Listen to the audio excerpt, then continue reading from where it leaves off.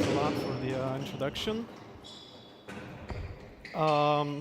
As you mentioned, I am the second person from Decathlon to be on stage on this very beautiful event. I'm very lucky to be here. Thanks a lot to begin with. First, I'd like to introduce myself a little bit. This is the way we do in Decathlon, and actually, Jakub didn't do it the way I will do it yesterday. I'll talk to him.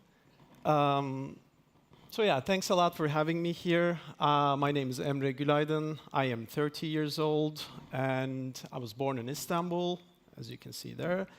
And in Decathlon, we are very proud about the sports we practice. And once we introduce ourselves, we always mention which sports we practice. So this is the way I will be doing it as well. I have started playing basketball from a very early age. Unfortunately, I could not be professional. As you can see, that's the reason I'm here. Then, thanks to my father, I have started sailing, which is basically a great sport to do. If you have the time, please try it in the beautiful waters of Turkey, southwest part. And finally, for the last 3 seasons, I have started skiing. Unfortunately, I was a bit late. I'm sure many of the Finnish people would know what I mean. And it's just pure adrenaline and very exciting. I am glad I have at least started. So without further ado, I will keep on with my presentation. So today I will be talking about omnichannel strategy, but first, to go a bit to the back, I will just tell how we came to where we are today and why we are even talking about omnichannel strategies. So, as you all know, probably Google had a concept of zero moment of truth a couple of years ago. So, what is this concept? So I will basically read it because it's a long. So the zero moment of truth is the moment in the buying process when the consumer researches a product prior to purchase. So this is basically where the behavior and the expectations of our users, of our customers, have started changing very rapidly. And this also even accelerated with the high usage of mobile phones and smartphones as well. So as marketers and also as brands, we have to adapt to this very changing environment and always stay one step further from our customers so that we can understand their needs, their changing behaviors, and also, of course, have solutions for these.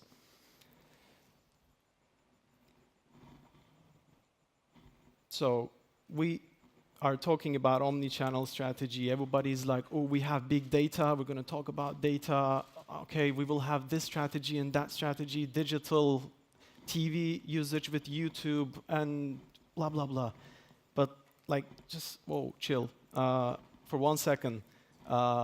Yes, it's changing, and there's so much input that is coming to us. But how do we make use of this data? How do we actually become omnichannel? So in the beginning, as you can see, it was really easy for a potential client to just go to a brick-and-mortar store and search for the products over there and just buy it and go out. As I've mentioned, things have started to change, and now at the end, the user can basically, at one point, search for your products online at home, and then search for them while they're at work from their laptops, and then just check out your store, your offline store, to see if you have the products available, and maybe at the end buy your products when they go back home from their phones. So what we really need to do is basically be present at all the levels of this whole environment and be able to give the right content, the right answer, the right product to the right people. So that's actually what we're trying to, change a bit in Decathlon. As you might imagine, Decathlon is a very, very retail-oriented and offline store-oriented company.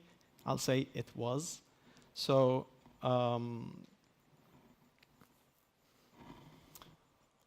how to do this change? I think there are a couple of important steps. I will go into detail of all the steps little by little, but just to, take a quick look. First thing, what I noticed when I joined Decathlon in the beginning of this year, we had to do a change. We had to do a transformation of, traditional strategies and traditional team structures to something different. So transform the corporate culture was the first thing that we had to do. Second thing, which I believe that we're doing a good job in Decathlon Turkey, is the customer engagement and the customer-centric view. We have, like I said, always been a very customer-based company, which that's the reason actually why we don't even call them customers, we call them users. This was something that Kuba mentioned yesterday. So for us, they're not customers. They're not just there to, bring us turnover, just money. But they're sports user. We're very excited to make sure that they, find out about new sports. They maybe, get some insights about the sports they practice. So we just always want to be there for them. Third thing is, obviously, this is the area that I believe we should be improving in Decathlon is the data part. For this, Decathlon has started building its own DMP, its own data management platform, which will be a huge step for what I believe some other companies are already started doing. And last but not least, it's the advice and product expertise from the brand. Like I mentioned, we're not just there to sell products, but give that feedback, give that help to our users whenever they need it. Oops, my bad. So let's talk a bit about the transformation within the corporate culture.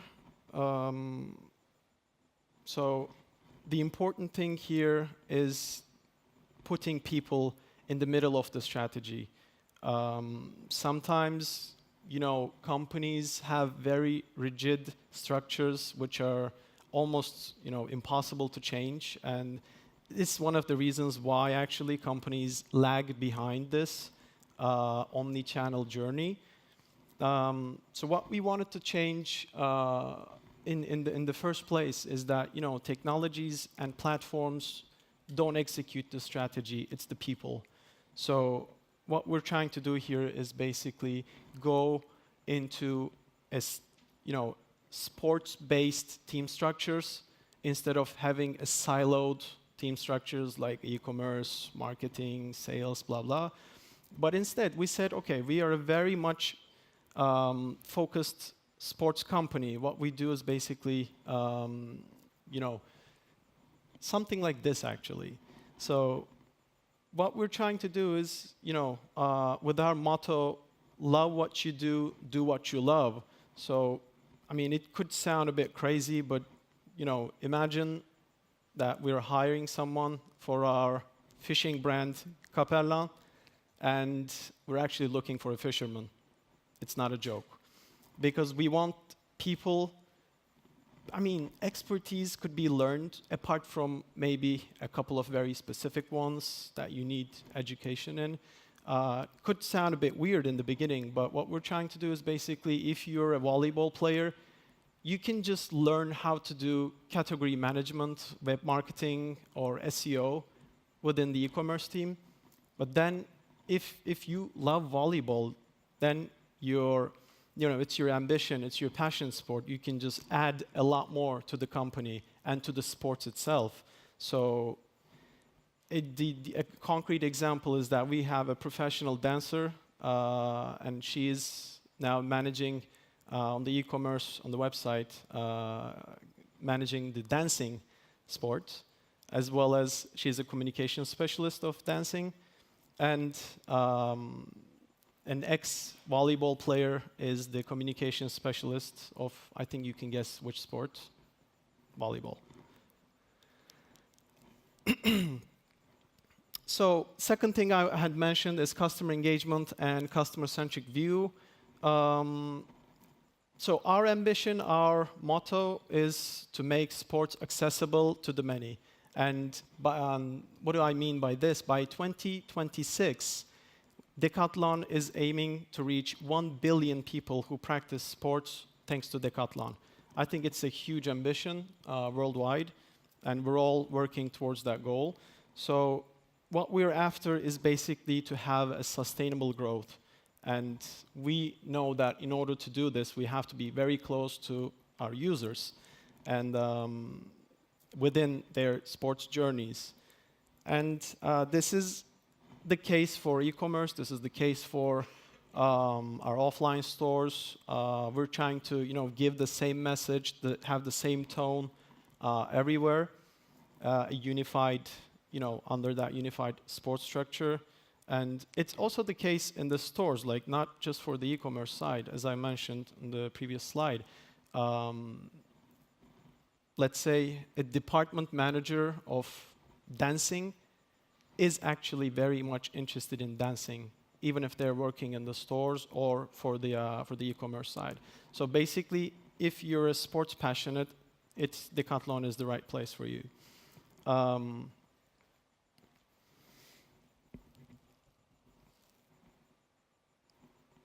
So a couple of examples I'd like to point out here that we were able to do thanks to Frosmo. How we're, within the website, trying to be as close to our users as possible. So obviously we have our customer happiness care team, which I will refer to as CHC team. And they're working 24/7 to, just answer calls for problems, for, people are calling, where's my cargo? You had said it could be here 3 days ago, it's still not here, blah, blah. Tough job, right? So we said, how can we make things easier, both for the users and both for our teams? So we came up with the idea, the idea was there, but we just had to implement it, obviously, to come up with a chatbot within the website. So depending on which page of the website the user is, the chatbot asks the questions according to that subject. If you're on the payment area of the website, then the bot asks which kind of payment options you have, or just info in the beginning, and then talks with you directly. If the bot cannot find an answer, then a live agent will try to help the user with all the info they have. So this solution we had for more than 2 months now, and it reduced the call traffic and overall operation load of the CHC team by 30%. The second project we had is basically, it's the case all around the world, but I mean, Turkish people are seriously obsessed with WhatsApp. They're obsessed with Instagram. They're obsessed with, sharing anything at any times, right? And if you have a question about your cargo or shipping, let's say, even if you ordered it like 10 minutes ago, they're very eager to find out about what happened and when it will arrive. So the biggest issue with the CHC was the fact that they received a lot of calls about cargo and shipping problems, right? So we just introduced a WhatsApp line for Decathlon, and you can just basically write your name and last name, your order number, and then you can just get free help from a live agent once again. And this received, this is also live for a couple of months now, and it received 95% positive feedbacks, and once again dropped the overall call traffic of the CHC team. So what I'm trying to say here is that there always has to be solutions to be, closer to your users. And these two are just a couple of examples, and especially in retail, that we're trying to have. A couple more examples that I want to give about customer-centric view that we have. So what we saw in social media monitoring was the fact that people are actually buying a lot of our products, and they're taking a lot of photos with them, especially like hiking, running, or in the gym, blah, blah. So once we noticed this, we said, why not, create a place, a specific certain place within the website as, as an earned media channel, and make sure that, people just share everything related to Decathlon with the hashtag Decathlon Turkey, so that everybody could see. And we recently started this project, and the answer from our users was huge. We couldn't even handle the number of shared posts on the website. We had to take down the project for a couple of days, and then we had to manually select a couple of those pictures to stay up on the website. But sharing is key, and having a consistent brand message across all the channels is once again key. I will briefly talk about the data part prior to my presentation.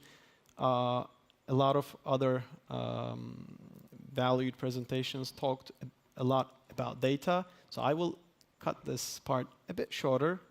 And it's because we also need to improve on this part a lot. I'll make sure I talk about this part next year, maybe. So what we're trying to do, as I said in the beginning, is to build our own omnichannel data management platform.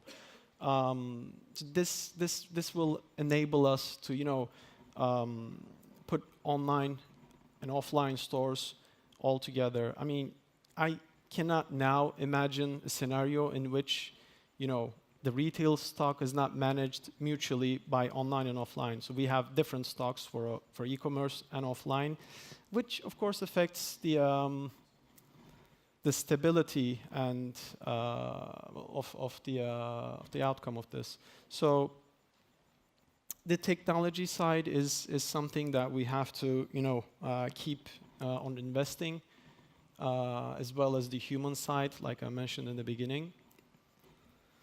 And finally, I talked about brand advice and expertise. So for us in Decathlon, e-commerce and stores, they're not apart from each other. E-commerce is not only a store, it's not just an online shop, but it's also a showcase for all the sports enthusiasts in the country that shows Decathlon and its products, and offline stores.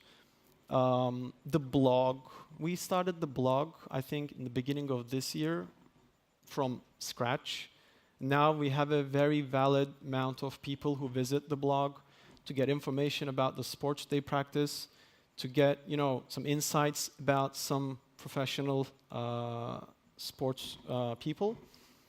So the other couple of things that we're trying to do, especially before the end of this year, if you know Decathlon, you know about the click and collect feature, which I think exists in a lot of other companies and countries as well. So you can basically just order online, pay online, and then you can get your order from the closest store to you wherever available. The 2-hour express delivery is also something we're trying to do as express as possible. So again, the idea is to be close to the users. It's to just give them the answers whenever they need them. This was part of a project which was done in France. There now, if you order online, you can get your products in as least as 1 hour, which is, I think, very impressive. And the scenario, the ad they used for this was, so a couple of guys are in the park, they want to play football, but they don't have a ball. Wow. So they just log into Decathlon FR, order football, a couple of other items like jerseys and stuff, and like they just chill in the park for a good 40 minutes, and then their products are there. And that's the way we want to go as well. So the challenges, I've talked about them a bit. I will not go into detail once again. So we said we're trying to change the siloed and immobile structures within the company. I will thank our management, our leading team from here, because they've been very cooperative with us. They know and understand what omnichannel means and where the company wants to go. One area I said that we had to improve is the technology and data part to bring all the strategy together. And one thing I didn't mention, though, in Turkey, data privacy and trust issues are still a big thing. We get a lot of feedback, and we actually see we still have friends or family members who believe shopping online is not safe, or it's not as easy as shopping in an offline store. You can touch your product, you can try it on, etc. But I hope in a couple of years we'll also be putting these concerns aside.